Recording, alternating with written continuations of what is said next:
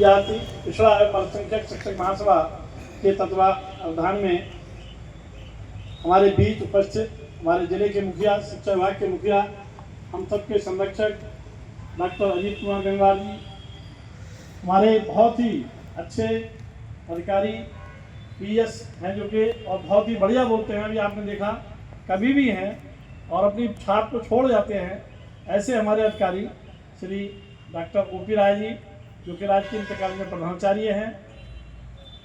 हमारे बीच संगठन के प्रांतीय उपाध्यक्ष डॉक्टर छोटूलाल जी, जिला अध्यक्ष श्री विनोद कुमार जी, मंडलीय अध्यक्ष श्री अमर सिंह जी, हमारे जिले के संरक्षक महेंद्र कुमार गंगवार जी, अतिवा के जिला संयोजक डॉक्टर मुनीश कुमार गंगवार जी, अतिवा के मंडलीय संयोजक श्री डॉक्टर भूप सिंह जी और मंडलीय संयोजक श्री जगदीश प्रसाद गंगवार जी, हमारे बीच प्रांतीय संगठन मंत्री महेंद्र पाल सागर जी, और हमारे बीच में जो संचालन बढ़िया कर रहे हैं, शायद मैं समझता हूँ पहली बार शायद संचालन आप लोगों ने देखा होगा, पहले संचालन नहीं करते थे, बहुत ही बढ़िया संचालन कर रहे हमारे बहुत ही युवा और बहुत तेज आप लोग देख रहे हैं आलोक कुमार गंगवार जी जो कि जिला महामंत्री हैं और बढ़िया संचालन कर रहे हैं।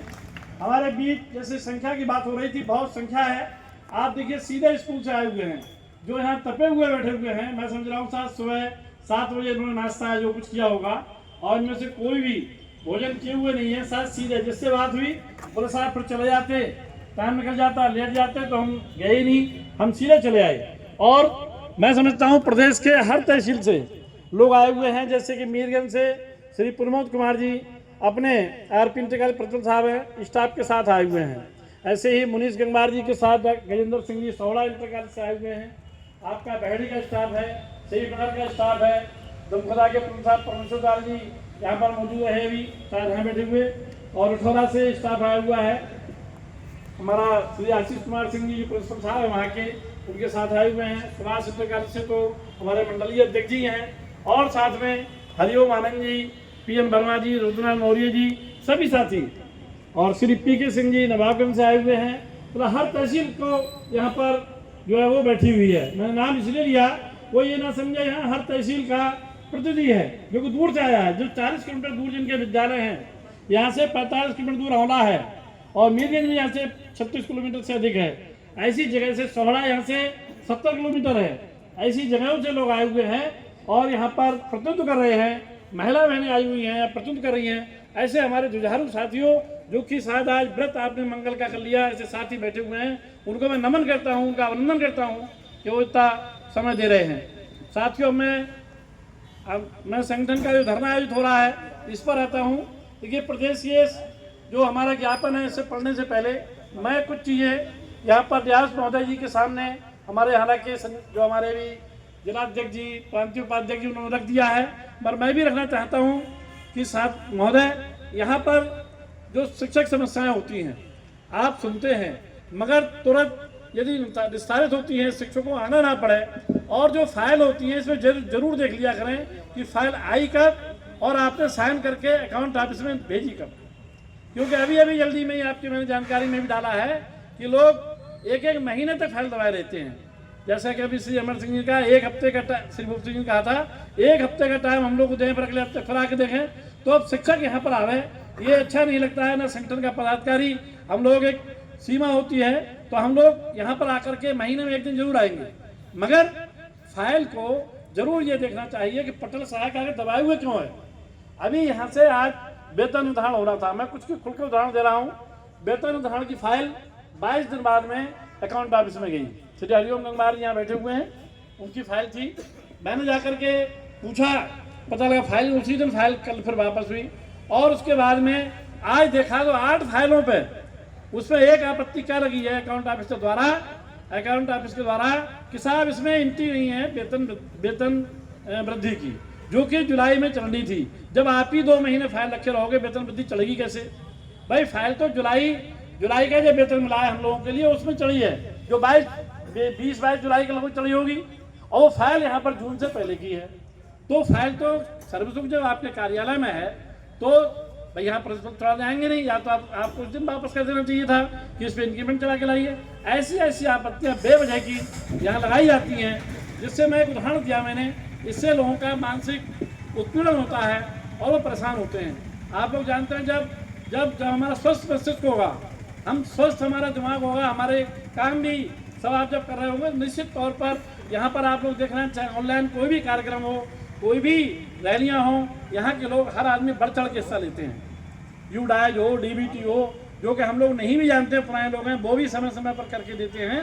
तो निश्चित तौर पर जो हमारी समस्याएं हैं, जैसे कि आपने अभी परसों में आए थे, लेटर भी जारी करा है, मूल्यांकन का पैसा आया हुआ है, मगर अभी तक 2 विद्यालयों के मूल्यांकन केंद्रों से यहाँ पर बिल ही नहीं आए हैं। तो आपने खैर लेटर भी जारी कर दिया है कि तत्काल वहाँ से बिल भेजे जाएँ। मतलब जब धनराशि यहाँ पर मौजूद है, जब यहाँ पर मानदेय मौजूद है, तो आखिर में क्यों नहीं। तो हमारा आपसे अनुरोध है कि जो एनपीएस वाले हैं उनके लिए भी जो भी एक मीटिंग करके, हम तो कहते हैं कि यहाँ पर एक मीटिंग ऐसी रखी जाए प्राचार्यों के माध्यम से, या जो हमारा ऑफिस होता है उसके माध्यम से, कि एनपीएस के जो रजिस्टर बनते हैं, लेखा जोखा रखा जाएगा, उनके रजिस्टर भी बने, भी रजिस्टर भी नहीं यहाँ पर बने हैं। तो मेरा अनुरोध है कि इन सब चीज़ों को गंभीरता से लें, और जो पैसा एनपीएस का आता है, 10% पैसा आता है, 15-14% पैसा आता है, वो भी हर महीने जो है वो ट्रांसफ़र किया जाए। हमारे यहाँ के जिलाधिकारी महोदय भी, जो कि श्री रामाश्रय जी यहाँ रिटायर हो रहे हैं, सेवानिवृत्त हो रहे हैं, बहुत ही बढ़िया काम करते हैं। मतलब फाइल मैं देखता हूँ, शायद कोई क्लर्क भी जाए, टीचर जाए, उनके पास रुकती नहीं है, कहने में कोई संकोच नहीं है, मतलब फटाफट फाइल करते हैं। और ऐसे आदमी हमारे बीच से रिटायर होंगे, तो आज हम धरने के माध्यम से ही उनको अभिनंदन उनका कर लेते हैं, और वो कहते हैं कितना बढ़िया। वास्तव में लोग मुझसे कह रहे थे कि आपकी यो साहब बहुत अच्छे आए हैं, तो मैंने कहा ये बात सच है। अगर बोले ये आज भी कह रहे थे कि अगर कोई हम आपत्ति भी लगाते हैं तो उसका हल भी हम बताते हैं, मतलब काम होना है। अब जैसे उदाहरण दूंगा एक मैं आपको, हमारे बीच से दहीराम गंगवार जी वैसा बैठे हुए हैं, ये बिल्कुल संगठन के सिपाही, जुझारू, जेल काटने वाले। ऐसे इनकी लगभग जो है वो 35 दिन 38 दिन की वेतन जो है इनका कट गया था 1998 में, और इनका वेतन कट गया तो वहाँ पर जो है वो सर्विस एंट्री हो गई, इन्होंने वो सर्विस ब्रेक मान ली और कहा ये तो सर्विस ब्रेक हो गई 10 दिन की। इस पर चर्चा हुई, आपत्ति लग के गई। हमने जब देखा, बताया, हम आए यहाँ पे, तो हमसे बात हुई, तो हमने कहा ये तो ठीक नहीं है भाई, यही तो हमारे सिपाही हैं। उस समय इन्होंने कोई ना तो पढ़ाई के लिए, ना किसी बीमारी के लिए वेतन कटा, इनका कटा हमारी समस्याओं को हल कराने के लिए, हमें अपने जो है वो उपलब्धियाँ लेने के लिए इन्होंने अपना जो है वेतन कटवाया। इनके जैसे और बहुत से लोग भी आलोक गंगवार संचालन कर रहे हैं, इनका भी 35 दिन का वेतन कटा हुआ है 1998 में। शायद पी के सिंह जी का भी हुआ है नहीं है? नहीं होगा, है, इनका भी है 5-6 लोग के उसमें भी हैं, एमबी में भी है। तो ऐसे बहुत सारे लोग हैं जिनका वेतन कटा है, तो उन्होंने हल बताया, उस हल के आधार पर चले, और चलने के बाद में वो फाइल हुई। बाकी लंबा समय लगा, थोड़ा जेडी में भी लगा, जेडी ने भी लगाई आपत्ति, उसको भी दूर करा गया, तो हल हुआ। और आप उदाहरण है इसके, आप पूछ भी सकते हैं, शायद उन्होंने किसी को चाय भी नहीं पिलाई, किसी को नहीं पिलाई, विश्वास करा वो संगठन पे, और डैड साहब पर विश्वास करा। डैड साहब से बात आई, उन्होंने तुरंत उसको निस्तारित भी किया, और उनका जो है केस हल हुआ, और समय पे भी हो गया, ये भी नहीं बहुत समय लगा हो। तो मैं ये कहना चाहूँगा, समस्याएं आती हैं, निश्चित तो विश्वास रखिए। अगर 1 हफ्ते में नहीं हो रही, 2 हफ्ते में होंगी, और आपको चयन वेतनमान आज से नहीं मिल रहा है, मिलेगा आज से ही, चाहे 1 महीने बाद दो, चाहे 2 महीने बाद दो, 3 महीने बाद दो। प्रोन्नत वेतनमान देंगे आप पीछे की डेट से देंगे, जो हमारी ड्यू डेट है। उसमें ऐसी कौन सी बात है कि नहीं साहब हमारी आपत्ति क्यों ला दी। आज एक हमसे कह रहे थे, अरे आपत्ति लग गई, स्कूल जाएगी, प्रिंसिपल अपना दूर करेंगे। ये हम लोग क्या बैठे हुए हैं, हम प्रिंसिपल है, कुछ कोई समझ में नहीं आ रही, हमें बताओ, हम उसका हल करवा के उत्तर लिखवा देंगे। मगर आपत्तियों से घबराना नहीं चाहिए। आपत्तियों से क्या होता है, सर्विस में कमी भी होती है, जैसे एंट्री बताई नहीं हुई है, या जैसे उन्होंने ये बताया कि इसमें जो है सेवा सत्यापित नहीं है, तो आपकी पूर्ति भी हो जाएगी। वरना प्रिंसिपल लोग, हम जैसे लोग ऐसे डाले रहते हैं, देखते ही नहीं कि उसकी सेवा सत्यापित है नहीं है। एक बार अकाउंट ऑफिस में बैठे हुए थे, तो उन्होंने हमें दिखाया, बोल देखो 4 साल से इसमें इंक्रीमेंट चढ़ा हुआ नहीं है, एक हमें दिखाई सर्विस खोल करके एक विद्यालय की। तो ये बात सच है कि आपत्ति लगने से हमारी जो कमियां होती हैं, जो सर्विस हमारी पूरी नहीं होती है, वो ही पूरी हो जाती है। इसलिए आपत्तियों से कभी नहीं घबराना चाहिए। आपत्तियों को नियमों के आधार पर जो है वो दूर करना चाहिए। अब मैं आता हूँ, अब मैं सीधे ज्ञापन पर आता हूँ। देखिए, पहला माननीय राज्यपाल महोदय को, माननीय मुख्यमंत्री महोदय को महोदय को, माननीय शिक्षा मंत्री महोदया को, माननीय शिक्षा निदेशक महोदय 4 को ये जिला विद्यालय निरीक्षक महोदय के माध्यम से ये ज्ञापन जा रहा है। इसमें सबसे पहली मांग है उत्तर प्रदेश शिक्षा सेवा चयन आयोग 2023 में संशोधन करते हुए शिक्षा सेवा नियमावली माध्यमिक शिक्षा सेवा चयन बोर्ड 1982 की धारा 12, 18 एवं 21 के प्रावधानों को सम्मिलित किया जाए। ये आखिर है क्या? देखिए, मैं इसलिए कह रहा हूँ, ये भी समझना चाहिए, कुछ लोगों को ये नहीं हो सकता है मालूम हो कि धारा 12, 18 और 21 है क्या। देखिए, धारा 21 जो है वो कौन सी धारा है? जो हमारी सेवा सुरक्षा को देती है।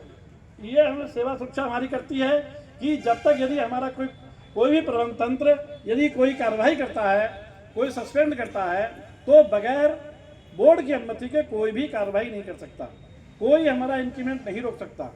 ये हमारी धारा 21 में है। क्योंकि वो जब अगर आप समाप्त कर देंगे तो ये सब चीज खत्म हो जाएगी और 60 दिन का जो अप्रूवल की बात है वो भी खत्म हो जाएगी। तो ये नई जो आयोग आया है उसमें ये तीनों धाराएं समाप्त कर दी गई हैं। इसलिए हमारी मांग ये है कि धारा 21 को पुनः शामिल किया जाए। धारा 18 ये जो प्रिंसिपल वाला है कि ये प्रिंसिपल जो है जिनका रिटायर हो जाते हैं उसके बाद में 60 दिन काम करने के बाद इनको 60 दिन इंतजार किया जाता है। अध्याचन भेजने के 60 दिन तक इंतजार होता है कि सरकार हमारे पास प्रधानाचार्य भेजे। प्रधानाचार्य नहीं आता है तो हमको उसके बाद में प्रधानाचार्य का वेतन मिलता है, तदर्थ पदोन्नति होती है। वो पदोन्नति भी रोक दी। धारा 18 चूंकि हट गई है इसलिए इसको तदर्थ पदोन्नति भी रोक दी गई है। धारा जो 12 है, धारा 12 में शिक्षकों की पदोन्नति है। शिक्षक की पदोन्नति को भी रोक दिया गया है। वो तो अभी जल्दी में लेटर आया तो डीआर साहब ने सभी जिले के लगभग सभी केस जो आए हैं वो काफ़ी निबट चुके हैं, कुछ प्रक्रिया में हैं। तो ये धारा 12 है। धारा 12, 18 को समझना बहुत आवश्यक है। बहुत ही लड़ाई, प्रमुख लड़ाई है इस समय। भाई सब चीज़ तभी मिलेगी जब हमारी सेवा सुरक्षित होगी, इसलिए सेवा सुरक्षा की हम लोग लड़ाई लड़ें। दूसरा है अप्रैल 2005 से नियुक्त अध्यापकों को पुरानी पेंशन तत्काल लागू की जाए। ये सब लोगों को मालूम है। बहुत ही विस्तार से हमारे डॉक्टर मनीष गंगवार जी जो जिला संयोजक हैं और सभी लोगों ने, हमारे श्री भूप सिंह जी, सभी साथियों ने बहुत विस्तार से इसमें रखा है। नंबर 3 है सहायता प्राप्त विद्यालयों का राजकीयकरण हो। ये झाड़ी खत्म हो जाए, नियुक्ति पत्र कौन जारी करेगा, कौन क्या चीज लगाएगा, हमारा जो है शिक्षा जो है वो राजकीयकरण किया जाए। चौथा है उत्तर प्रदेश शिक्षा सेवा चयन आयोग 2023 में संशोधन करते हुए प्रधानाचार्य के पदों में आरक्षण का प्रावधान करते हुए प्रधानाचार्य का चयन लिखित परीक्षा और अनुभव द्वारा किया जाए। इसमें जो प्रधानाचार्यों के पद हैं इकट्ठे निकलते हैं, तो जो हमारी नियमावली लागू है कि भाई इकट्ठे इतने पद हुए, 100 हुए, तो 100 में हमारा 21 का किसका आरक्षण है, 27 का किसका है, 10% EWS है। तो उसी आधार पर इसमें संगठन ने मांग की है। शिक्षकों एवं प्रधानाचार्यों के ऑफलाइन स्थानांतरण, जो ऑफलाइन फाइलें चल रही हैं लगभग 2000 के आसपास हैं, बेचारे परेशान हैं। हम 10 तारीख को जब प्रांतीय बैठक में गए थे तो वहाँ से 11 तारीख को हम लोग डायरेक्टर साहब से मिले भी थे। इस संबंध में हमने वार्ता भी की थी और ज्ञापन भी दिया था और इस संबंध में ऑफलाइन पे वार्ता भी की थी। मगर खुद ये गलती चाहे डायरेक्टरेट ऑफिस की हो चाहे किसी स्तर की हो, जब 7 जून को लेटर निकल गया कि 7 जून तक जो भी ऑफलाइन फाइल आई हैं उन्हें निस्तारित करा दिया जाए। 7 जून के बाद में आप 30 जून तक नहीं करा पाए। भाई 30 जून तक तो शिक्षा मंत्री के अंडर में ही था मामला, जो है 30 जून से बाद में फिर मुख्यमंत्री, माननीय मुख्यमंत्री महोदय से परमिशन कोई आवश्यकता नहीं थी। अब वहाँ पर जो है वो अब ये हो रहा है, जब उनसे बात करते हैं बोले साहब ऊपर से झंडी नहीं मिलेगी तब तक जो है पत्र जारी नहीं होंगे। भाई ना तो शिक्षक की कमी है, जिसने भाई आपने जो शासनादेश जारी किया उसके तहत ही फाइलें चलाई, अधिकारियों ने वैसे ही फॉरवर्ड की वहाँ पर और जा करके सब डंप हो गई हैं। कुछ काफ़ी टीचर ऐसे हैं जो दूसरे से, हमारे स्कूल के अपने उदाहरण दे रहे हैं, हमारे स्कूल के टीचर हैं, उन्होंने कमरा खाली कर दिया, इलाहाबाद गई हैं, बोले अब तो हम चले ही जाएंगे, तो कमरा भी खाली कर, सामान भी ले गई गाड़ी से, और पता लगा उनका स्थानांतरित नहीं हो रहा है। अभी थोड़े बहुत दिन मेडिकल लिया, काटा, अब समय काट रही है वो मामा के यहाँ थोड़े दिनों की। ऐसे समय ऐसे ही सभी लोगों ने अपने बच्चों के भी एडमिशन करा लिए। भाई जो जहाँ का है वहाँ पर बच्चों के एडमिशन करा दिए कि अब तुम आई जाएंगे, और पता लगा सब के सब अपनी अपनी जगह पे हैं। तो 2000 लोगों के साथ में वास्तव में कितनी बड़ी परेशानी है। मैंने देखा डायरेक्टरेट में कि वहाँ पर जो जब आंदोलन चल रहा था सबके चेहरे कैसे थे, देखने लायक थे, और वो समझिए आप 24 घंटे उन्होंने धरना दिया है। इसके बाद भी ये संवेदनहीन सरकार है, जिसे कभी सुनी नहीं। अभी भी उनके दिमाग में ये नहीं आ रही है, फाइल जब चली है तो इन फाइलों का निस्तारण करो, आगे से जैसा हो जो हो। अब आपके फिलहाल में जो कार्यालय में है इनको सबको निस्तारित करना चाहिए। आगे से जो जियो जारी करोगे उसके हिसाब से ही आदमी जो है चलेगा। साथ में प्रबंधन तंत्र द्वारा विद्यालयों में लोगों को जो है सताया जाता है। जैसे ये है, कुछ विद्यालयों में कार्यवाहक प्रधानाचार्य बनाने के लिए भ्रष्टा सूचियों में जो है छेड़छाड़ की जाती है, लोगों को सताया जाता है, कार्रवाइयाँ होती हैं, बोले नहीं पहले को नहीं देंगे दूसरे को देंगे। तो मेरा डीआर साहब से भी महोदय जी से निवेदन है, एक शासनादेश है, उस शासनादेश के हिसाब से प्रतिवर्ष जो है भ्रष्टा सूची जारी होनी चाहिए। ये लिखा हुआ है, एक्ट में लिखा है कि प्रतिवर्ष जुलाई के महीने में एक भ्रष्टा सूची जारी होनी चाहिए, जो कि नहीं होती है। अब एक जगह की कार्रवाई थी, हम लोग वहाँ पर गए थे, डॉक्टर साहब की चर्चा ही होने लगी उसी पे, जो हमने जो मुद्दा दिया था सीतापुर का एक केस था वहाँ पर रखा था। तो बोले आपके पास में वो कहाँ है, वो दिखाओ भ्रष्टा सूची। अब बोले भ्रष्टा सूची हमें कहीं मिली नहीं। तो वो लड़ोगे कहाँ पे, जब आपको भ्रष्टा सूची नहीं है, आपके पास में साइन करी हुई कागज ही नहीं है, कहाँ पे लड़ोगे आप? कैसे कहोगे हम वरिष्ठ हैं? वरिष्ठ तो तभी कह सकते हो जब आप पे सूची जारी हो। तो भ्रष्टा सूची जो है वो प्रतिवर्ष, ये एक्ट में लिखा हुआ है, प्रतिवर्ष हर विद्यालय को लागू करनी चाहिए, जिससे कि ये शोषण जो है वो जो मानसिक जो शोषण हो रहा है वो रुकेगा। प्रत्येक शिक्षक को एनपीएस पासबुक जारी की जाए। 9 नंबर। 10 नंबर है, सहायता प्राप्त माध्यमिक विद्यालयों के सभी शिक्षकों को राजकीय विद्यालयों के शिक्षकों की भांति चिकित्सा सुविधा उपलब्ध कराई जाए। बहुत ही प्रमुख मांग है ये उसके बाद में सबसे प्रमुख मांग है पेंशन के बाद में। नंबर 2 की मांग इस समय चिकित्सा सुविधा है, जो कि सभी राज्य कर्मचारियों को मिलती है, और जो वेतन वो भी तेजी से पाते हैं, वेतन हम भी तेजी से पाते हैं, समान हक रखते हैं। इसलिए हमें राज्य कर्मचारियों की भांति ही शिक्षकों को भी चिकित्सा सुविधा दिया है। 11वें नंबर पे है, सहायता प्राप्त माध्यमिक विद्यालयों में प्रबंध तंत्र का नियुक्ता पद समाप्त किया जाए। 12वां, सहायता प्राप्त माध्यमिक विद्यालयों में अध्यापकों की व्यवस्था सूची, पदोन्नति, वेतन वृद्धि, चयन वेतनमान, पदोन्नति वेतनमान जिला विद्यालय शिक्षक द्वारा 1 माह के अंदर विस्तारित किया जाए। 13वें नंबर पे, सहायता प्राप्त माध्यमिक विद्यालयों में रिक्त आरक्षित वर्ग के प्रवक्ता, सहायक अध्यापक, शिक्षक कर्मचारी तथा प्राथमिक विद्यालयों के अध्यापकों के पदों को तत्काल अनुसूचित जाति, जनजाति एवं अन्य पिछड़ी जातियों द्वारा ही पूर्ण किया। जो पद खाली है आरक्षित वर्ग के लोग क्या करते हैं, बोले मिले ही नहीं, और वो नीचे से प्रमोशन कर देते हैं। तो जो जिसका हक है वो उसको मिलना चाहिए। चयनित प्रधानाचार्य, प्रवक्ता, सहायक अध्यापकों के नियुक्ति पत्र आयोग द्वारा जारी करते हुए 15 दिन के अंदर विद्यालयों में कार्यवाही ग्रहण कराया जाए। 15वें नंबर पे, आरक्षण के नियमों का पालन करते हुए तदर्थ अध्यापकों, प्रधानाचार्यों का विनियमितीकरण किया जाए।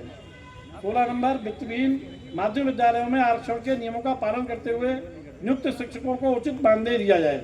ये 16 नंबर पर जो आज की जो महत्ता है, 16 नंबर के बिंदु की बहुत अधिक महत्ता है।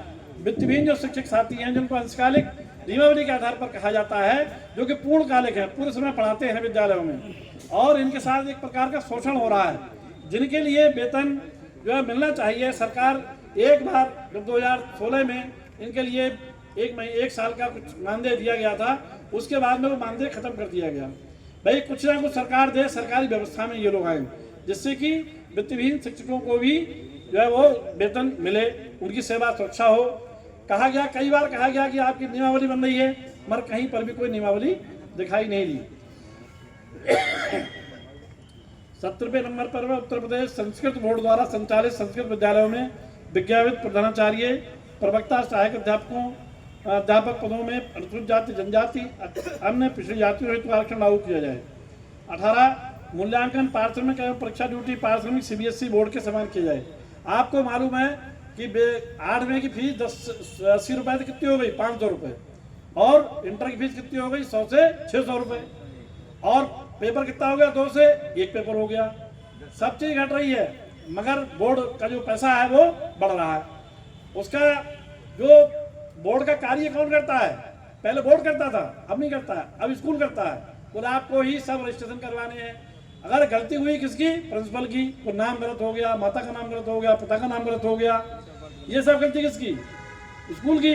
तो भैया फीस कहाँ को ले रहे हो भाई? फीस तो आपकी इसी बात की लेते हो, 600 रुपये, 601 रुपये इसी बात के जाते हैं, 501 रुपये हाई स्कूल वाले से लेते हो, और पारिश्रमिक के नाम पे कितना दे दो, बोले 12 रुपये, 14 रुपये।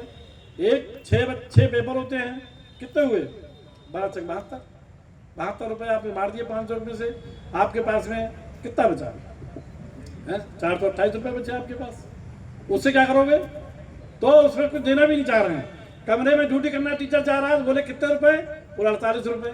48 रुपए में ड्यूटी करेगा वो, और वो वित्तहीन शिक्षक, ड्यूटी लगती है उसकी, जहाँ साहब ड्यूटी लगाते हैं वो जाते हैं बेचारे, पता लगा वो 200 रुपए पेट्रोल खर्च करके आते हैं। तो वो पता लगा कि 200 रुपए ड्यूटी खर्च किए और वो आ रहे हैं। तो ऐसे में हमारी मांग है संगठन की के पार्षण बढ़ाया जाए, कला संगीत व्यायाम शिक्षकों को प्रवक्ता पदनाम दिया जाए, आयोग से सामान्य वर्ग से चयनित आरक्षण श्रेणी के अध्यापकों को आर्थिक श्रेणी में निर्धारण न करते हुए सामान्य श्रेणी निर्वाचित किया जाए। बाकी सभी जो मांगे हैं, व्यवसायिक एवं तकनीक अनुदेशक शिक्षक भर्ती में आरक्षण व्यवस्था लागू की जाए। अब हम सभी जो पदाधिकारी हैं उनके नाम है। अब आप लोग बहुत देर से हो, डॉक्टर साहब की मीटिंग में जाना है, इसलिए अपनी बात को यही विराम देता हूँ। जोरदार नारा लगाएंगे, शिक्षक एकता जिंदाबाद, शिक्षक एकता जिंदाबाद, हमारी मांगे पूरी हो, हमारी मांगे पूरी हो, हमारी मांगे पूरी हो। पुरानी पेंशन बहाल करो, पुरानी पेंशन बहाल करो, पुरानी पेंशन बहाल करो। धन्यवाद साथियों।